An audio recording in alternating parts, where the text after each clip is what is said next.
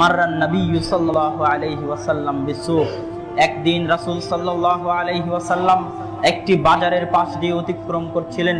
সেই বাজারের পাশে রাসূল সাল্লাল্লাহু আলাইহি ওয়াসাল্লাম দেখলেন বিজাদি আসাক্কা মাইয়িতিন, একটি কান কাটা ছাগল পড়ে আছে। রাসূল সাল্লাল্লাহু আলাইহি ওয়াসাল্লামের চারিপাশে তার সাহাবীরা ছিল। কানাফাতাহু, রাসূল সাল্লাল্লাহু আলাইহি ওয়াসাল্লামের চারিপাশে তার সাহাবায়ে কেরাম ছিল।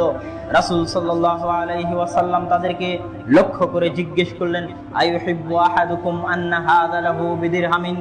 ও হে সঙ্গী সাথী, ও হে সাহাবায়ে কেরাম, এই যে রাস্তার পাশে বাজারের পাশে মরা কান কাটা ছাগলটি পড়ে আছে, এই ছাগল কি তোমাদের মধ্যে কেউ 1 দিরহামের বিনিময়ে কিনে নিবে? তখন সাহাবায়ে কেরাম উত্তরে বলছে, মা নুহিব্বু বিশাইইন, যদি ফ্রিও দেয় এমনিও দেয় তবুও আমরা এই মরা কান কাটা ছাগলটি নিব না। রাসূল সাল্লাল্লাহু আলাইহি ওয়াসাল্লাম জিজ্ঞেস করলেন, কেন? সাহাবায়ে কেরাম বলছে, লাউ কানা হাইয়ান ফাফিহি দাফুন, যদি জীবিত হতো তবুও কান কাটা থাকার জন্য এর দাম কম হতো।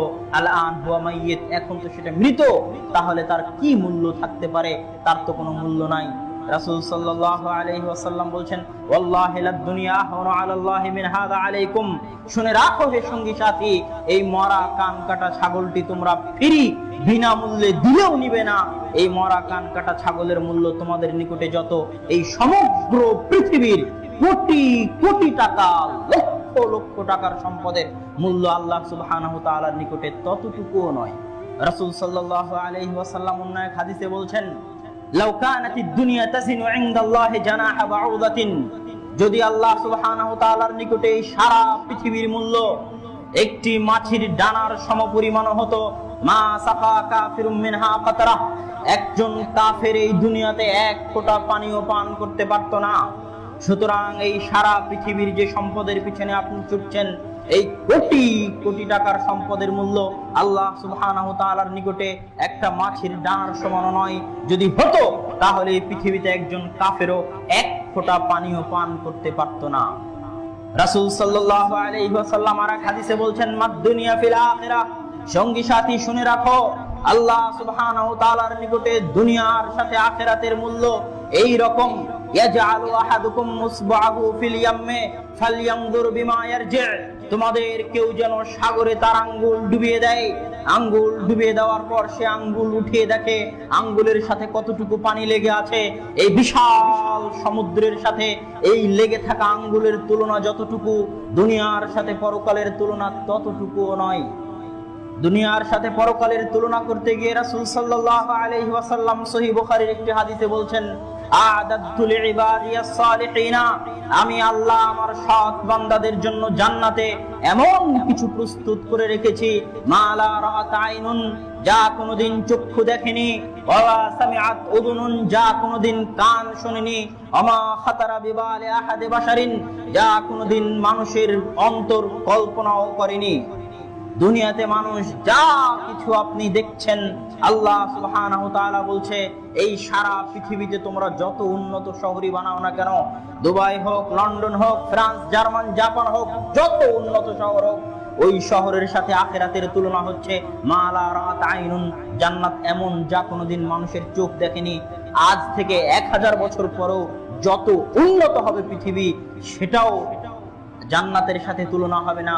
আল্লাহ সুবহানাহু ওয়া তাআলা বলছেন, মা লা রাআত আইনুন, মানুষের চোখ কোনোদিন যা দেখেনি। হয়তো আপনি দেখতে পাননি, কানে কানে শুনেছেন সাদ্দাদের বেহেশতের কাহিনী, মিথ্যা কাহিনী, কানে কানে হয়তো আরো অনেক কিছু শুনতে পারেন। আল্লাহ সুবহানাহু ওয়া তাআলা বলছে, জান্নাত এমন কিছু লা উযনুন সামিআত, মানুষের কানও তা শোনেনি, এমন কিছু জান্নাত। শুধু তাই নয়, আপনি কল্পনা করেন কত উন্নত মানের বাড়ি, কত সুন্দর বাড়ি, কত সাজ সজ্জা উন্নত দিয়ে আপনি একটি বাড়ি বানাতে পারবেন, একটি শহর বানাতে পারবেন। কল্পনা করেন আপনার কল্পনা শক্তি কত দূর পৌঁছতে পারে, পৌঁছিয়ে দেন। আল্লাহ সুবহানাহু ওয়া তাআলা বলছে, জান্নাত এমন কিছু, মা খাতারা বিবালি আহাদে বাশারিন, মানুষের অন্তর যা কোনোদিন কল্পনা করতে পারে না। এই হচ্ছে ইহকালের সাথে পরকালের তুলনা। সম্মানিত উপস্থিতি, আল্লাহ সুবহানাহু ওয়া তাআলার নিকটে এই ইহকালের মূল্য বিন্দু মাত্র নয়, সামান্য পরিমাণও নয়। এই ইহকালকে আল্লাহ সুবহানাহু ওয়া তাআলা, দুনিয়াকে আল্লাহ সুবহানাহু ওয়া তাআলা পবিত্র কোরআনে অনেক উদাহরণ দিয়ে মানুষকে বুঝিয়েছেন। যে দুনিয়াটা আল্লাহর নিকটে কি, আল্লাহ সুবহানাহু ওয়া তাআলা উদাহরণ দিয়ে বুঝিয়েছে। সূরা ইউনূসের 24 নম্বর আয়াতে, সূরা হাদীদের 20 নম্বর আয়াতে আল্লাহ সুবহানাহু ওয়া তাআলা সুন্দর করে উদাহরণ দিয়েছেন। যে উদাহরণগুলোর সারমর্ম হচ্ছে, আল্লাহ সুবহানাহু ওয়া তাআলা বলছেন, ধরেন একজন মানুষ একটা জমিতে সুন্দর ফসল আবাদ করেছে, সার দিয়েছে, নিড়ানি দিয়েছে, পানি দিয়েছে, কীটনাশক বিষ দিয়েছে, ঝড় বৃষ্টিতে যেন নষ্ট না হয় পাহারা দিয়েছে, বেড়া দিয়েছে যেন ছাগল গরু না খেতে পারে। এত পরিশ্রম করার পরেও, টাকা পয়সা খরচ করার পরে একদিন সেই শস্য ক্ষেতটা সুজলা সুফলা শ্যামলে পরিণত হয়েছে, পেকে গেছে। এখন সেই ফসল উঠাবে অবস্থা, এই মুহূর্তে হঠাৎ ঝড় বৃষ্টিতে ওই ফসল নষ্ট হয়ে গেল, ধূলিসাৎ হয়ে গেল। আল্লাহ সুবহানাহু ওয়া তাআলা বলছেন, দুনিয়া এইরকম।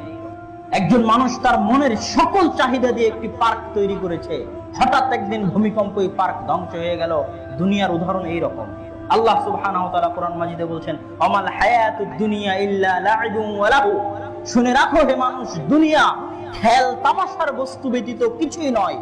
একজন শিশু যেমন পুতুল নিয়ে খেলে, একজন শিশু যেমন কাদামাটি দিয়ে ঘর তৈরি করে, বালি দিয়ে ঘর তৈরি করে, ওই কাদামাটি ওই বালি ঘরের যেমন কোনো মূল্য নাই, ওই পুতুলের যেমন কোনো মূল্য নাই, এই দুনিয়ার তেমন কোনো মূল্য নাই।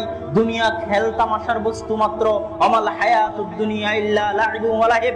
একজন শিশুর নিকটে তার খেল তামাশার বস্তু যেমন, আল্লাহ সুবহানাহু ওয়া তাআলার নিকটে এই দুনিয়ার মূল্য তার চাইতে অল্প। সেই রকমও নয়, দুনিয়া একটা খেল তামাশার জায়গা মাত্র, একটা খেলনা ঘরের মতো হচ্ছে দুনিয়া। আল্লাহ সুবহানাহু ওয়া তাআলা সূরা আলাই বলছেন, বাল তুসিরুনাল হায়াতাদ দুনিয়া ওয়ালাদ দারুল আখিরাতু খায়রুন ওয়া আবকা। তোমরা দুনিয়াকে প্রাধান্য দিয়ে থাকো হে মানুষ, জেনে রাখো পরকাল হচ্ছে কল্যাণময়, দুনিয়ার চাইতে বেশি শ্রেষ্ঠ, ওয়া আবকা এবং বেশি চিরস্থায়ী। সম্মানিত উপস্থিতি, এই আয়াত এবং এই হাদিসগুলো দ্বারা স্পষ্টভাবে প্রমাণিত হয় যে আল্লাহ সুবহানাহু ওয়া তাআলার নিকটে দুনিয়ার বিন্দু মাত্র মূল্য নাই, দুনিয়ার সাথে পরকালের কোনো তুলনা চলে না।